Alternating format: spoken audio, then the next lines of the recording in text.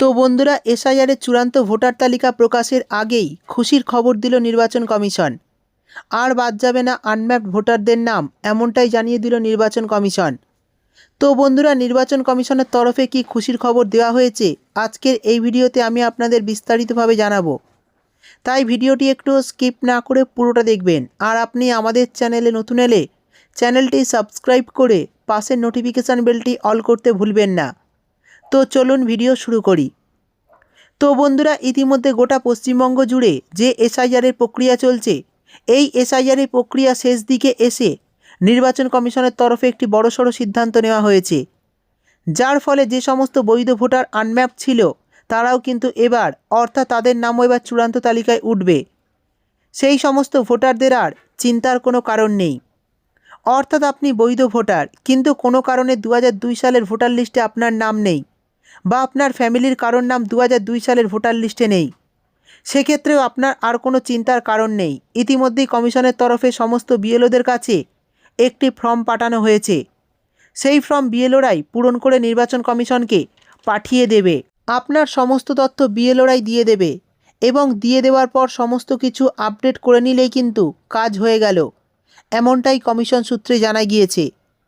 তো যে সমস্ত ভোটার আনম্যাপড ছিল, অর্থাৎ 2002 সালের ভোটার লিস্টে তাদের নাম নেই বা পরিবারের কারোর নাম নেই, সেক্ষেত্রে তারা তো হিয়ারিংয়ে গিয়েছিল, সেখানে গিয়ে তারা যদি উপযুক্ত ডকুমেন্টস দিয়ে দেয় তাহলে তো কোনো সমস্যা নেই, তাদের নাম সহজেই এসআইআরের ফাইনাল লিস্টে উঠে যাবে, যেটা 28শে ফেব্রুয়ারি প্রকাশিত হবে।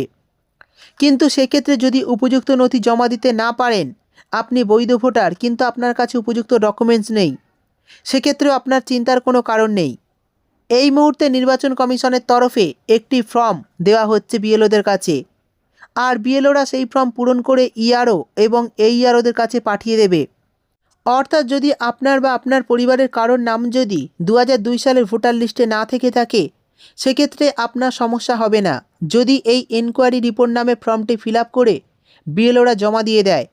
এই মুহূর্তে আপনাদের জন্য বিরাট বড় সুখবর। এতদিন পর্যন্ত যারা চিন্তায় ছিলেন যে আমার নাম বা আমার পরিবারের নাম তো 2002 সালের ভোটার লিস্টে নেই, কিন্তু আমি তো বৈধ ভোটার, আমার ডকুমেন্টস নেই, সেক্ষেত্রে তাদের আর চিন্তার কোনো কারণ নেই। নির্বাচন কমিশনের তরফে এই বিষয় পরিষ্কার জানানো হয়েছে। তো বন্ধুরা, আমরা জানি এসআইআরের ফাইনাল লিস্ট প্রকাশ হবে, অর্থাৎ চূড়ান্ত তালিকা প্রকাশ হবে 28শে ফেব্রুয়ারি।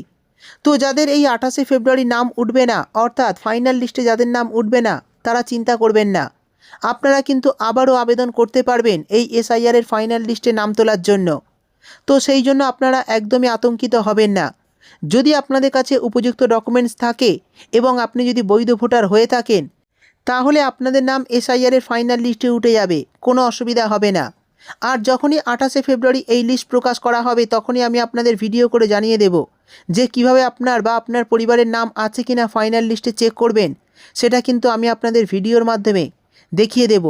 তবে যদি আপনি বৈধ ভোটার হন, নির্বাচন কমিশন আপনার নাম কিন্তু ঠিকই তুলবে। যদি আপনার নাম না ওঠে, তাহলে কিন্তু আপনারা আবারও আবেদন করার সুযোগ পাবেন। যেমন এই নির্বাচন কমিশনের তরফে একটি নতুন পদ্ধতি চালু করা হয়েছে, যে আপনার বা আপনার পরিবারের কারোর যদি 2002 সালের ভোটার লিস্টে নাম না থেকে থাকে, আপনি আনম্যাপড ভোটার হয়ে থাকেন, সেক্ষেত্রে আপনার কোনো ডকুমেন্টস না থাকলেও এই যে এনকোয়ারি রিপোর্ট নামে একটি ফর্ম ফিল আপ করে বিএলওরা জমা দিয়ে দিলেই কিন্তু আপনার নাম এসআইআরের ফাইনাল লিস্টে উঠে যাবে, কোনো অসুবিধা হবে না। তবে আমি আপনাদের আবারও জানিয়ে দিচ্ছি যে এসআইআরের ফাইনাল লিস্টে নাম না উঠলেও আপনারা কিন্তু নাগরিকত্ব হারাবেন না, হয়তো ভোটাধিকার হারাতে পারেন। তবে যদি আপনি বৈধ বা উপযুক্ত ডকুমেন্টস নিয়ে যান, তাহলে কিন্তু অবশ্যই আপনার নাম এসআইআরের ফাইনাল লিস্টে উঠে যাবে।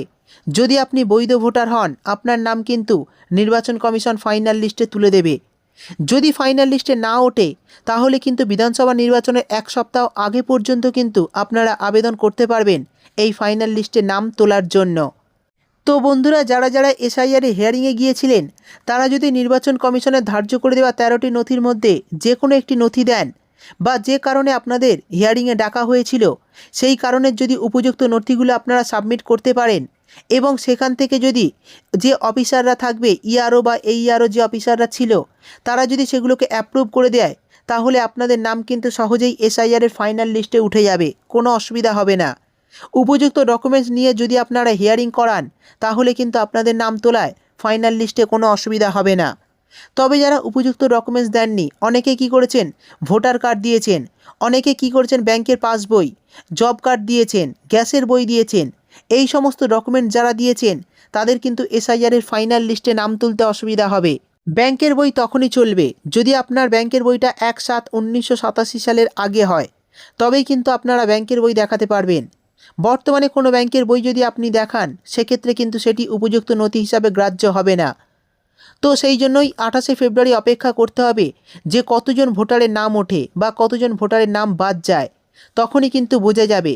তো যাদের নাম বাদ যাবে তারা চিন্তা করবেন না, আপনারা কিন্তু আবারও আবেদন করতে পারবেন ফাইনাল লিস্টে নাম তোলার জন্য, যদি আপনি বৈধ ভোটার হয়ে থাকেন।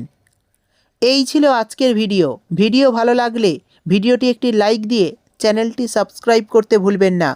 দেখা হবে পরের একটি ভিডিওতে।